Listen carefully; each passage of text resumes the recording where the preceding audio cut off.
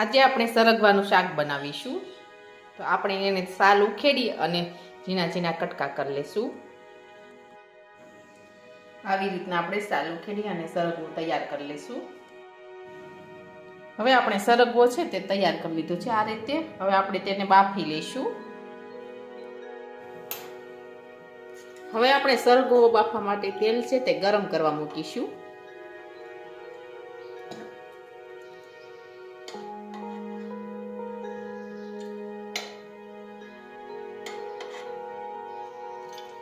હવે આપણે તેલ છે તે ગરમ થવા દઈશું.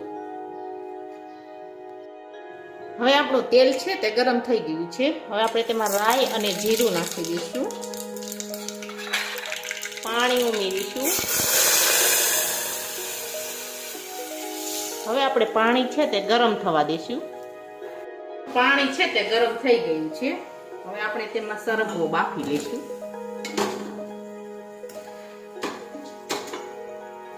હવે આપણે કુકરનું ઢાંકણ છે તે બંધ કરી દઈશું.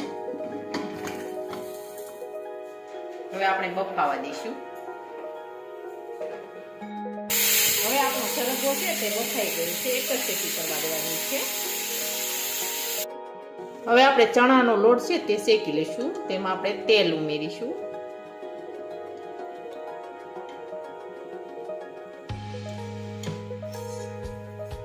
આપણે ધીમો ગેસ રાખી અને શેકવાનો છે લોટને. આ રીતે આપણે શેકતા જશું.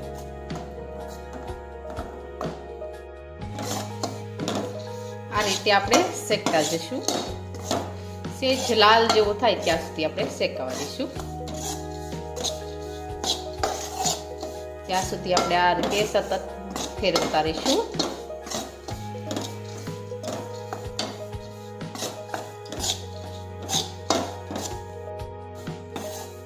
હવે આપણો લોટ છે તે શેકાઈને તૈયાર થઈ ગયો છે. એકદમ સરસ આવું શેકાવા દેવાનું છે. હવે આપણો સરગવો છે તે એકદમ સરસ બફાઈ ગયો છે. હવે આપણે સરગવાનું પાણી છે તે આપણે લોટ શેક્યો છે તેમાં ઉમેરી દઈશું.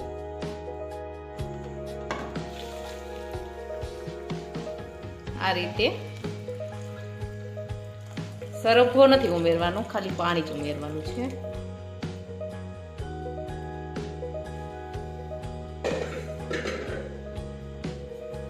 આ રીતે આપણે ફેરવતા જશું.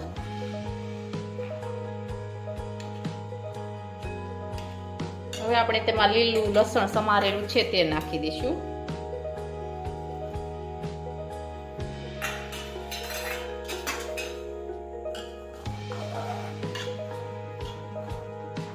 આ રીતે આપણે ફેરવતા જવાનું છે.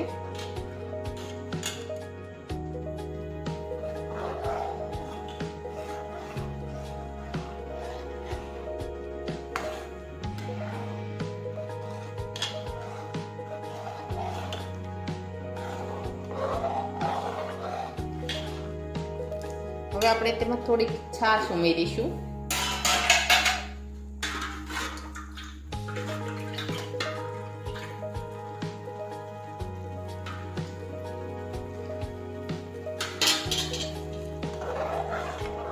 આ રીતે ફેરવતા જશું.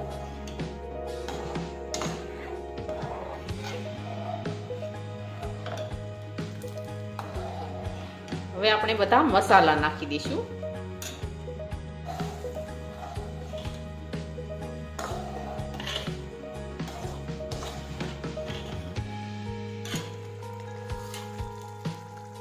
હળદર નાખીશું. ચટણી નાખીશું. જીરું નાખીશું.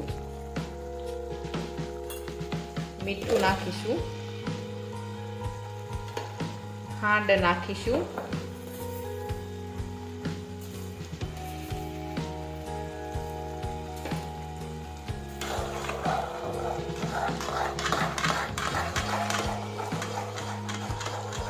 આપણે ફેરવતા જશું.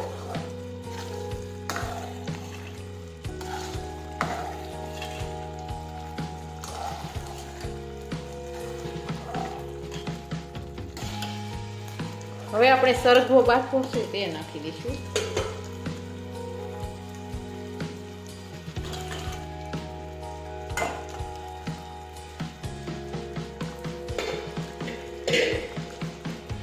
પણ મિક્સ કરી દઈશું આ રીતે.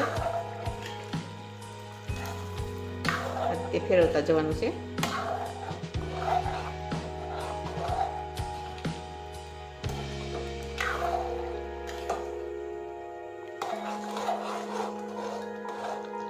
હવે આપણે થોડી વાર રહેવા દઈશું. હવે આપણું શાક છે તે એકદમ સરસ બનીને તૈયાર થઈ ગયું છે. હવે આપણે તેમાં ધાણા ઉમેરી દઈશું.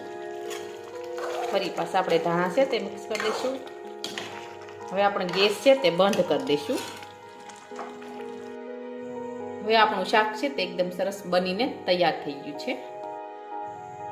હવે આપણું સરગવાનું શાક છે તે એકદમ સરસ બનીને તૈયાર થઈ ગયું છે. અને અમારો આ વિડીયો ગમે તો મારી જેકે કુકિંગ્સ એન્ડ હેન્ડવર્ક ચેનલને લાઈક કરો, શેર કરો અને સબસ્ક્રાઈબ કરો.